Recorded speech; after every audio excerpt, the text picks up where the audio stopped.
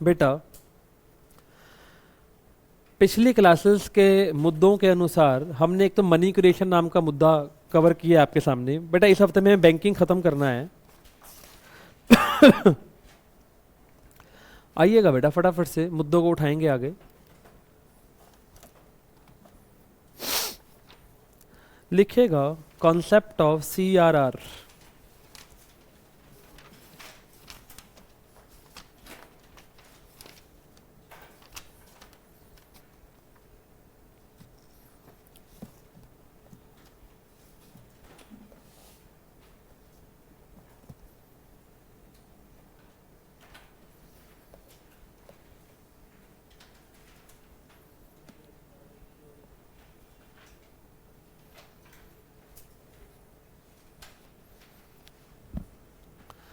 CRR होता क्या है?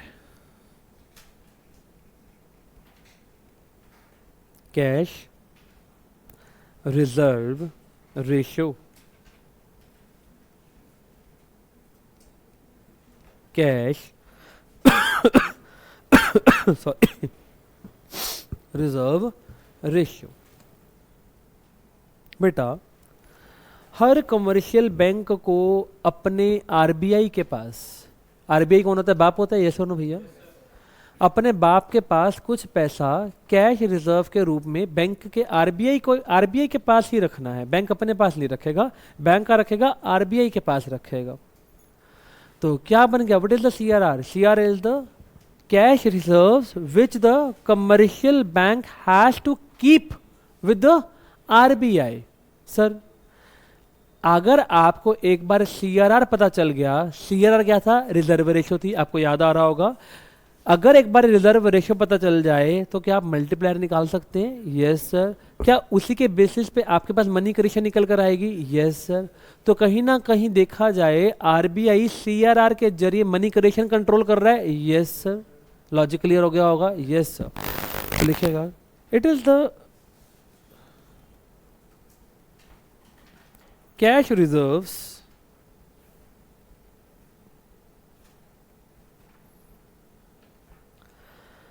which the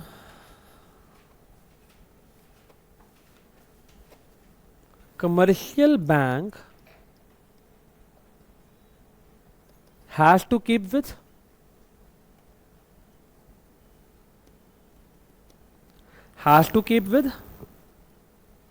RBI।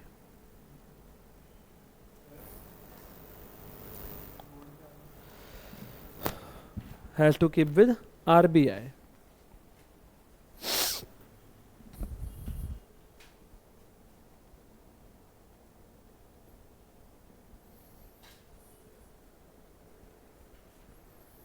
What's wrong?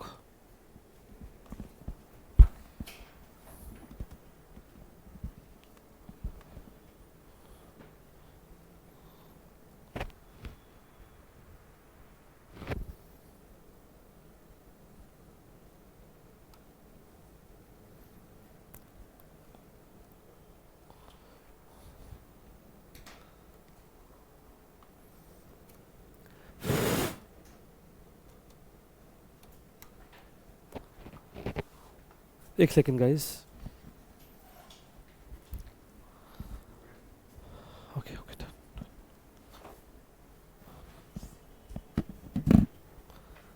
Number B point, CRR is determined by the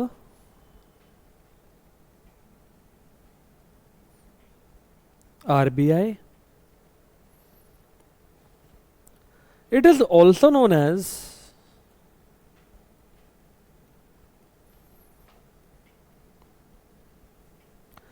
LRR, full form legal reserve ratio।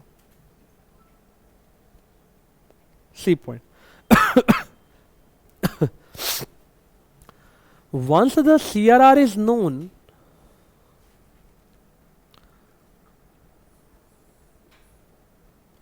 we can calculate the, guys, what? Multiplier।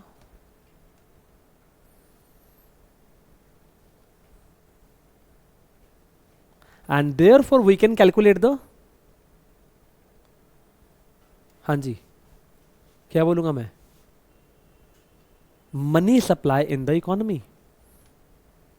बेटा जिनको पिछली class से revise है उनको बातें सब समझ में आ रही होंगी, अब जो रिवाइज नहीं करके आया बेटा उनके लिए मैं कुछ नहीं कर सकता, sorry for that. Point number next, by using the following formula we can calculate the money multiplier.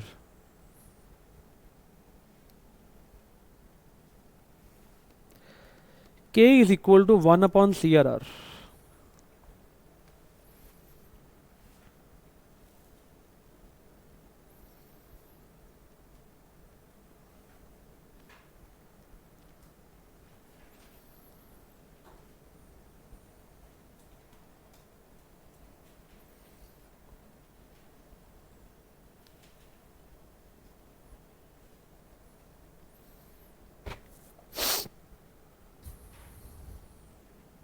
Write down.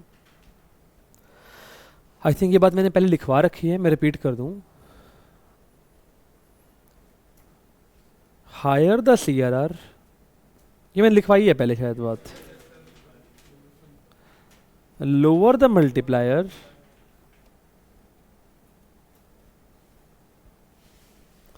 And lower will be the money supply. बेटा इसके लॉजिक्स मैंने दिए हूं, मैं शायद मैं रिपीट ना करूं तो ज़्यादा बेहतरीन है, एंड वाइस वर्सा।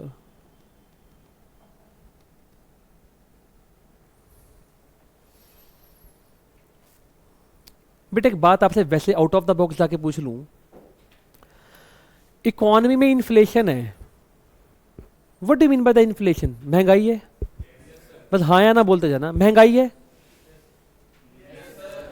अगर महंगाई है तो महंगाई का सबसे बड़ा कारण क्या होगा? डिमांड ज्यादा है, सप्लाई कम है। मांग ज्यादा रहे हैं लेकिन चीजें है नहीं हमारे पास बेचने के लिए। अच्छा, अगर लोग मांगना कम कर दें तो कुछ हद तक अपनी बात हल हो जाएगी, हो जाएगी। अच्छा, लोग मांगना अब कब कम करेंगे? जब उनकी जेबों में पैसे होंगे कि नहीं होंगे? नहीं होंगे।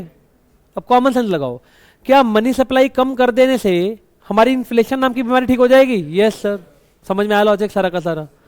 अच्छा, मनी सप्लाई कम कैसे होगी? आरबीआई उसके अंदर कैसे योगदान दे सकता है? सीआरआर को बढ़ा देगा, हाँ या ना? क्या लिंकेज बन जाएंगे सारे के सारे? Yes sir.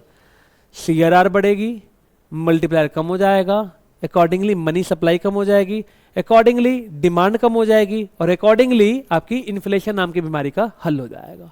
And vice versa case happens in the case of the deflation. बात समझ में आ गया कि नहीं आ गया? अरे बोलो ना जी। Yes sir. ठीक है बेटा, आइएगा मैं अगले मुद्दों पे बढ़ूं। एक क्वेश्चन लिखिएगा,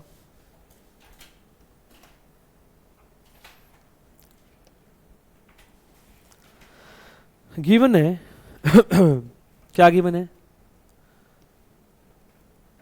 प्राइमरी डिपॉजिट्स क्या होते थे आपको याद होंगे? जितने कैश रिजर्व आते थे वही प्राइमरी डिपॉजिट्स होते थे। हाँ जी, कितने हैं भैया कैश रिजर्व? 2000 के। सीआरआर कितना है भैया? 12.5% का।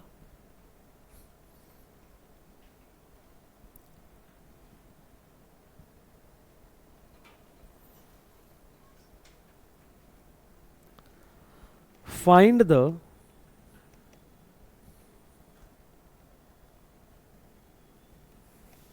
टोटल क्रेडिट, या यूं कहूं मनी सप्लाई। कुल मिला के कितनी मनी सप्लाई हो गई भैया?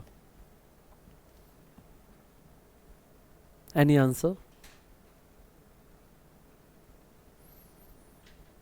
Any answer please? यस। सबसे पहले क्या निकालेंगे? मल्टीप्लायर।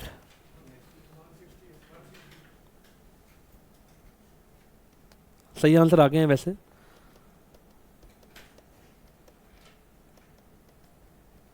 ये समझ में आया कैसे निकाला?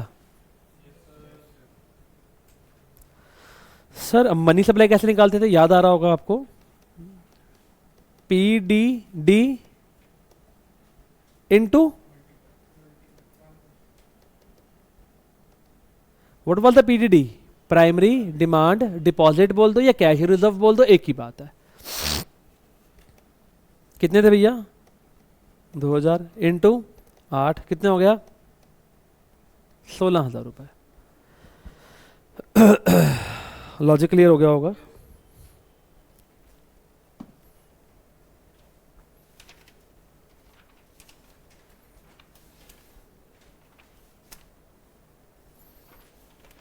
बेटा आपके सिलेबस में कमर्शियल बैंक की इतनी ही चर्चा थी जो मैंने आपके सामने रखी है। अब मेरे को जो चर्चा करनी है वो सेंट्रल बैंक की चर्चा आपके समक्ष रखनी है कि सेंट्रल बैंक कौन होता है। अच्छा, सेंट्रल बैंक हर देश का एक ही होता है जिसको हम लोग पापा बैंक बोलते हैं। सारे के सारे बैंक उसके नीचे काम करते हैं, उसके ऊपर जाके काम नहीं करते। हमारे भारत का एक ही सेंट्रल बैंक है जिसका नाम है आरबीआई, फुल फॉर्म होती है reserve bank of India. Reserve bank of India के सर क्या क्या फंक्शंस होते हैं? पेपर में बहुत बारी क्वेश्चन आता है इसके ऊपर कि बताइए कौन कौन से फंक्शंस आरबीआई परफॉर्म करता है। या ये क्वेश्चन भी आता है कि आप हमारे को यही यही वाले 2 या 3 फंक्शंस को एक्सप्लेन करके दिखा दो। 6 नंबर में, 4 नंबर में ऐसा क्वेश्चन भी आ सकता है। या जो कोई छोटी सी केस स्टडी दी होगी वो पूछ रहा होगा बता इसमें कौन कौन सा आरबीआई फंक्शन परफॉर्म करके दिखा रहा है। तो किसी भी रूप में आपको ये क्वेश्चन आ सकता है। तो आइएगा 1 बाय 1 इसके 6-7 फंक्शंस हैं, हमें वो सारे वो कवर करने हैं। तो 1 बाय 1 शुरू करते हैं, चर्चा में आइएगा। लिखिएगा हेडिंग।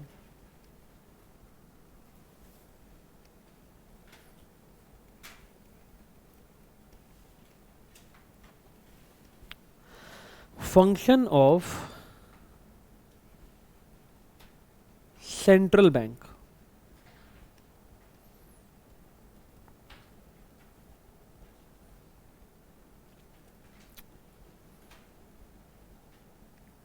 पहला,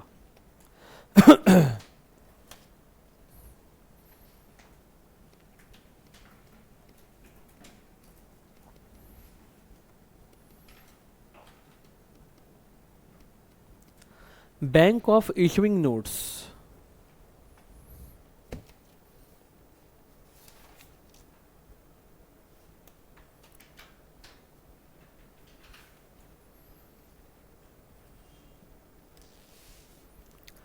बताना भारत के अंदर जितने भी नोट छप के आते हैं वो कौन छापता होगा?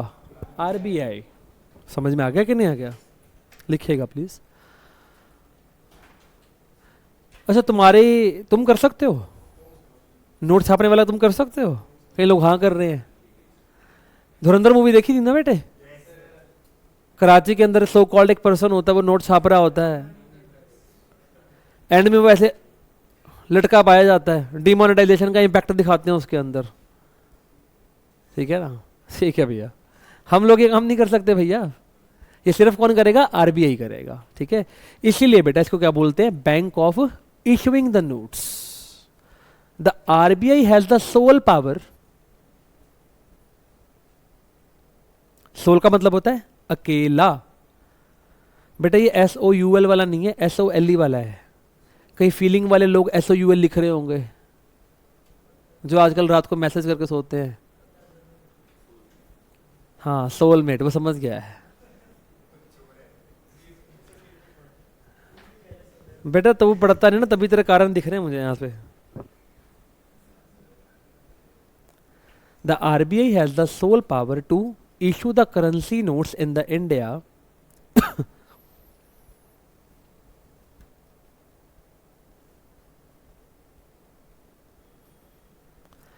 and the notes so issued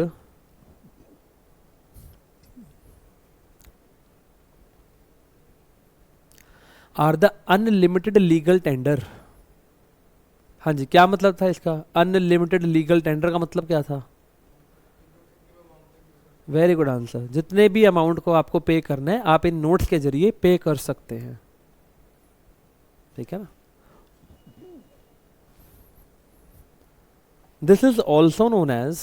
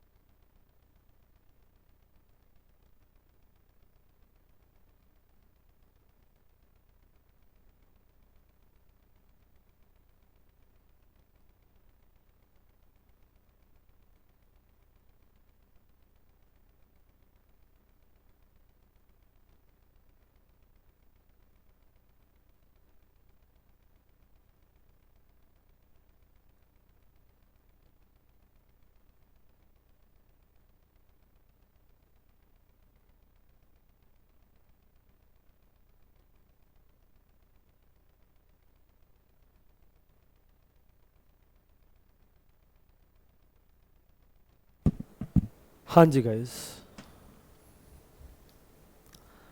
the RBI has the same relation with the commercial banks as commercial banks has the relation with its customers. समझ में आया पॉइंट? बोलो ना जी. Point number B. The central bank accept the deposits from the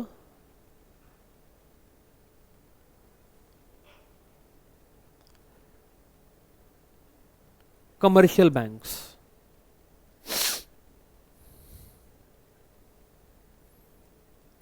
And also give the loans.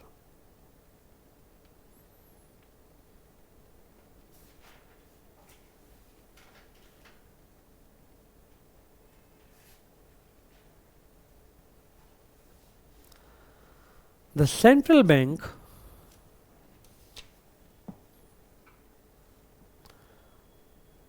also provides the clearing house facility. अब ये क्या होता है?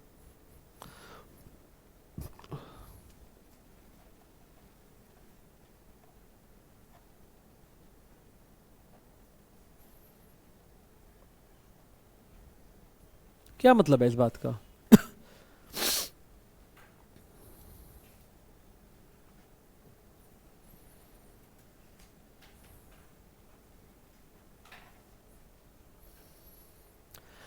मेरा खाता एसबीआई में है,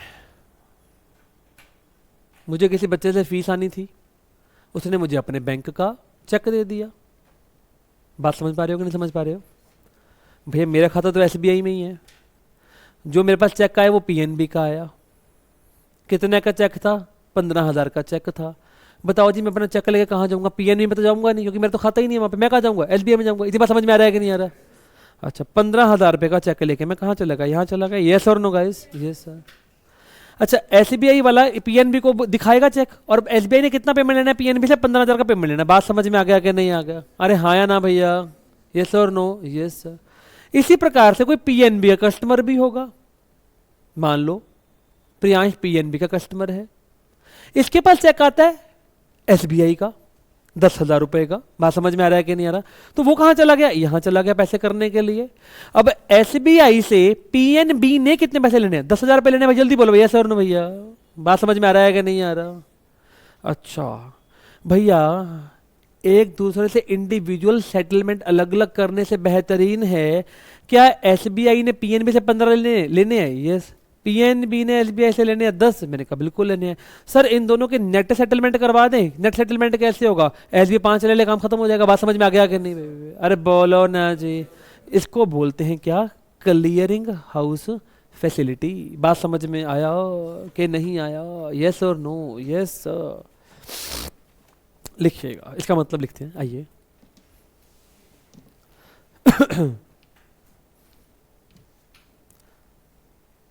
यहां पे हो क्या रहा है? दोनों ही बैंक के जो चेक्स हैं क्लियर हो रहे हैं, नेट सेटलमेंट हो रही है उनकी, क्योंकि दोनों खाते किसके पास पड़े थे? आरबीआई के पास पड़े हुए थे. समझ में आ गया कि नहीं? Yes sir. लिखिएगा please. It means that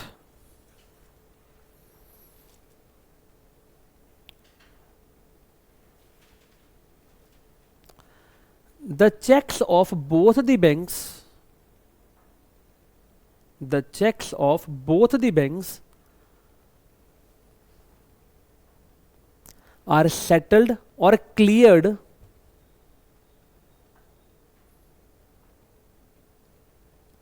on net basis. Since both the banks have their account with, हाँ जी बोलो ना जी, आरबीआई. दोनों के खाते किसके पास है? आरबीआई के पास है. समझ में आया? For example, if the SBI receives the check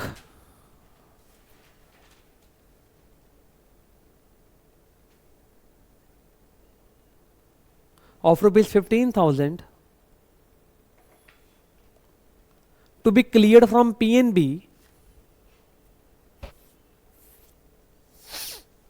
whereas PNB receives the check of rupees 10,000 to be cleared from, हाँ जी guys, SBI.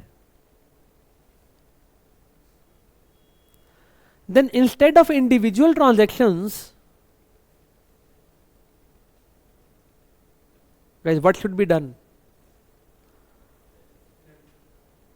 Instead of individual settlements,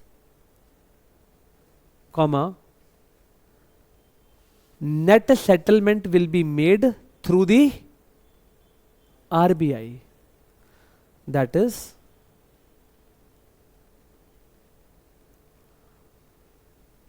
SBI will pay 5,000 to the PNB.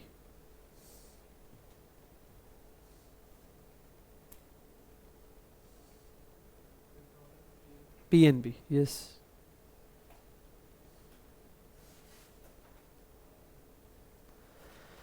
यहाँ तक अब हाँ click हो गया कि नहीं हो गया भैया? Yes sir. हाँ जी, सुपरवाइजरी रोल के अंदर क्या मतलब होता है सुनिएगा बेटा. बैंक्स काफ़ी प्रकार की गाइडलाइंस समय दर समय RBI जो है जारी करता रहता है कमर्शियल बैंक के लिए. तो यहाँ पर ये यकीनी बनाता है RBI कि जो मैं गाइडलाइंस दे रहा हूँ, जो मैं डायरेक्टिव्स, जो डायरेक्शंस मैं प्रदान कर रहा हूँ, क्या उसको फॉलो भी कर रहा है कमर्शियल बैंक के नहीं फॉलो कर रहा. तो यहाँ पे इस चीज़ को यकीनी बनाया जाएगा कि जो मैंने बोला तूने माना. बात समझ में आया कि नहीं आया? Write down please.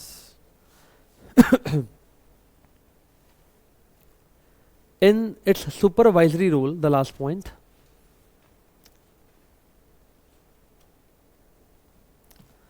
central bank ensures that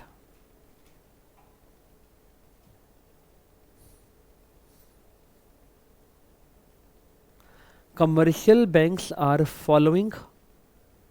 बेटा what is the following लिखिएगा.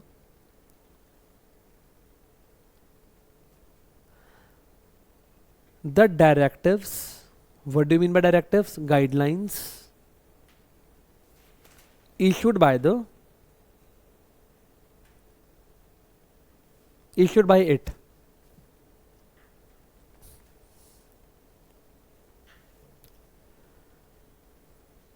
The RBI issues various guidelines on किस चीज के ऊपर? CRR,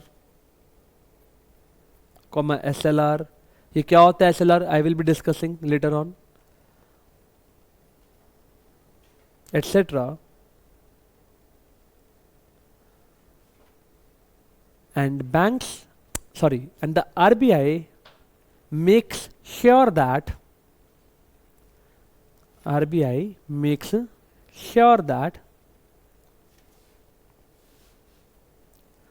all the commercial banks comply it.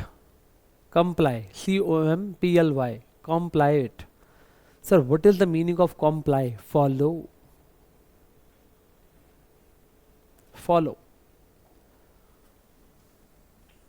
आइएगा, समय आ चला है और आपके 3 फंक्शंस और मेरे पास पेंडिंग पड़े हैं जिसकी चर्चा मैं कल की क्लास में करूंगा. और इस वीक में हम लोग बैंकिंग ख़त्म कर देंगे. सुनते जाइएगा मेरी बातों को. और बैंकिंग ख़त्म करते ही आपकी लगभग काफ़ी टॉपिक्स ख़त्म हो जाएंगे और फिर हम लोग मूव करेंगे theory of income and employment पे बेटा. ठीक है, मैं फिर एक बात दोहरा दूं. पहले हम लोग मैक्रो ख़त्म करेंगे, उसके बाद इंडियन इकोनॉमी चालू करेंगे. और आप में से कुछ बच्चे पंजाब बोर्ड के बैठे हैं बेटा, आपकी माइक्रो की क्लासेस जल्द ही शुरू करेंगे. उसके 2 चैप्टर मैं करवा चुका हूँ। लेट मी पहले मैं इसको पहले वाइंड अप करूँ रिकॉर्डिंग को।